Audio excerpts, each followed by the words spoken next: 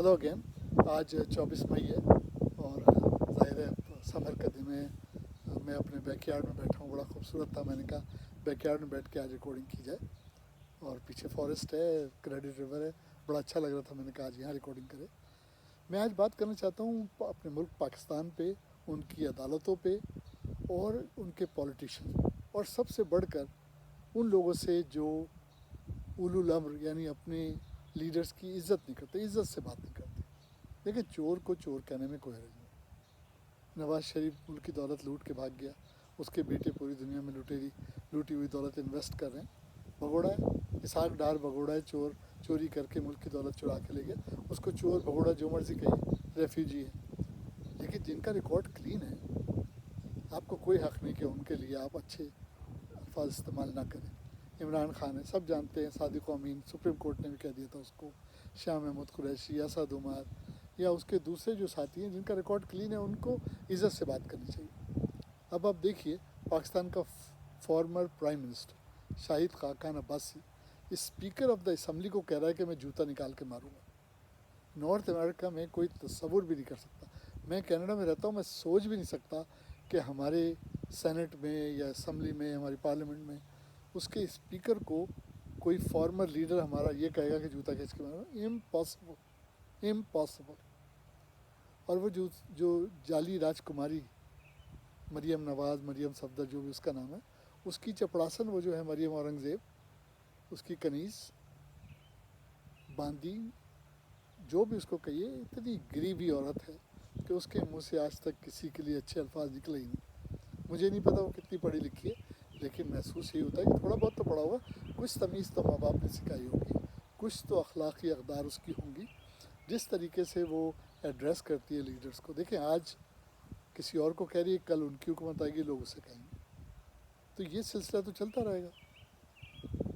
तो मैं तो सोच भी नहीं सकता था कि इस किस्म की बातें कभी पाकिस्तान के लीडर्स के साथ या कभी पार्लियामेंट में होंगी। देखिए, आज से 45 साल पहले जब मैंने पाकिस्तान छोड़ा था, तो पाकिस्तान की चारों कौमों के लिए एक डिस्क्रिप्शन थी, और ये डिस्क्रिप्शन जो ना, it's not carved on the stone. ये मैंने सुना, तो मैं आपको बता रहा हूँ। उस ज़माने में गयूर पठान कहा जाता था। पठान को गयूर, गैरतमंद, बहादुर। फ़ौज में भी ज़्यादातर पठान होते थे, अयूब खान भी पठान थे और बहुत सारे जनरल पठान थे। उर्दू स्पीकिंग तबके को पढ़ा लिखा कल्चर्ड तबका कहा जाता था। रख रखाव वाले, कल्चर्ड, उर्दू बोलने वाले, समझदार, वो ज़्यादातर पाकिस्तान बनने के बाद हुकूमत में बड़े बड़े अफसर हुआ करते थे। उसके बाद आ जाइए पंजाब। पंजाब के लोग सादा, खुले दिल के, दिलेर, जिंदा दिलाने लाहौर, दिलेर लोग और काश्तकार, ये इनकी डिस्क्रिप्शन थी। और फिर सिंधी, हमारे ज़माने में तो सिंधी को सिर्फ डाकू होते थे सिंधी के। जब तक भुट्टो साईं की हुकूमत नहीं आई, आम आदमी का ये तासुर था कि सिंधी तो डाकू होता, हर डाकू सिंधी होता था। ये इनकी डिस्क्रिप्शन थी। पाकिस्तान के एक बड़े मशहूर मज़ाहिया शायर हैं अनवर मसूद साहब, उन्होंने एक बड़ी अच्छी बात कही। उन्होंने कहा था कि रमज़ान में जो भी पकता है सब मज़े ले लेके खाते। पाकिस्तान भी रमज़ान में बना था, इसीलिए सब मज़े ले लेके खा रहे। इसी तरीके से अनवर मकसूद ने, बड़े पाकिस्तान के लर्नड आदमी, एक बड़ी अच्छी बात कही थी। उनसे किसी ने पूछा कि दाता गंज बख्श, लाहौर में उनका मज़ार है, उन्होंने किसी को गंज बख्शा? तो उन्होंने कहा हाँ, 2 भाइयों को गंज बख्शा था, लेकिन बाद में उन्होंने बाल लगवा लिए।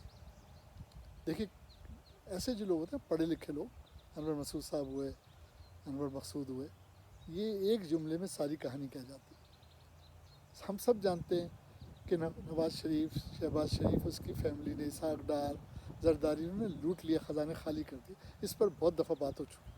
अफसोस ये है कि पाकिस्तान में इतनी लॉलेसनेस है कि 2.5 साल में कोशिश के बावजूद हुकूमत ना इनको पकड़ सकी, ना इन्हें जेलों में बंद कर सकी, ना मुल्क की लूटी हुई दौलत वापस ला सकी। इसमें सारा कसूर हुकूमत का नहीं है। देखिए, नैब है, नैब के जो चीफ़ एग्जीक्यूटिव हैं, सरबराह हैं, उनको भी मुंह खोल खोल के तकरीबन गाली ही देते। अब भाई वो अपना काम कर रहे हैं, साफ़ सुथरा आदमी है, जस्टिस, साबिक जज है, साफ़ सुथरा काम कर रहे हैं, और क्योंकि पकड़ रहे हैं इसलिए वो बुरे हैं। जो पकड़ रहा है चोरों को वो बुरा है। अब इसहाक डार, दुबई में उसके 4-5 टावर हैं, اب اس کا باپ سائیکلوں کے پنچر لگاتا تھا. بھائی بتائے نا کہاں سے آیا پیسہ. یہ لوہاری، نواز شریف، شہباز شریف، ملینز بلینز انہوں نے لوٹ لاٹ کے باہر انویسٹ کیے.